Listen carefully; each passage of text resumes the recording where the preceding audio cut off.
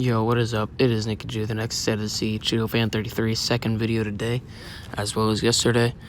I'm going to start from the bottom and up, and like I said in the last video, it is kind of hard for me to read these, but I see James Bradbury, 79 overall, that's fair, you know, he's a rookie, kind of had a tough time, I know, against Mari Cooper. Dalvin Tomlinson, fair rating. Jabril Peppers, feel like he's better than Landon Collins, so I think he should be a little bit higher.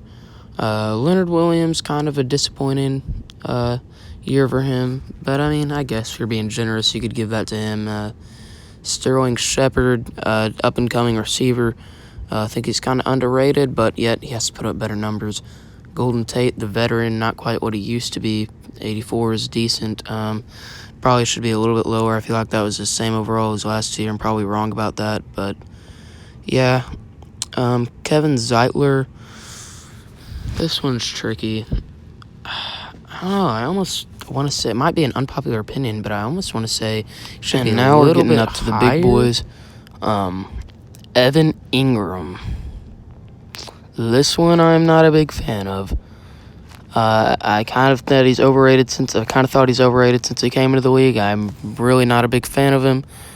Yeah, I think he's overrated. I do not think he should be an 88. He's seen some of the guys like Aaron Rodgers and Deshaun Watson around that.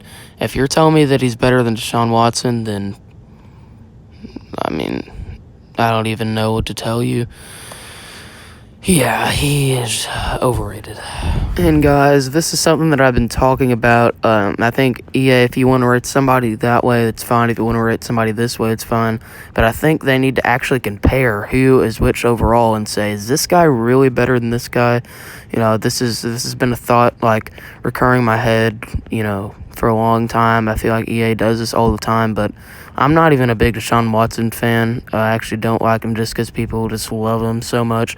But to put Evan Ingram up there is just, no, I don't like this overall at all. And finally, we have the big man, the one and only Saquan.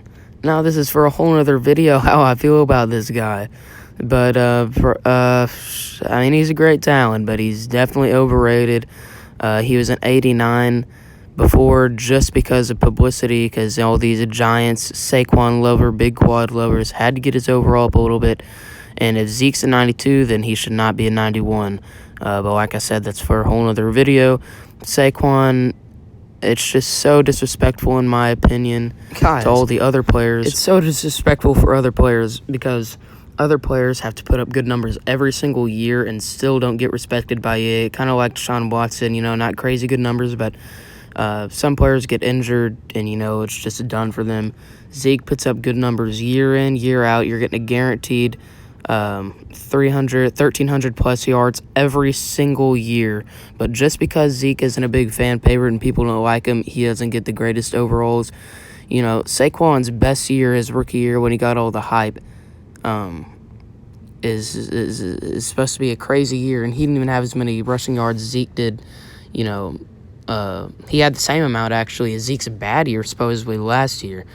You know, this overall is nothing but the fans and people getting mad because Saquon isn't high enough. This has nothing to do with EA's opinion, I feel like.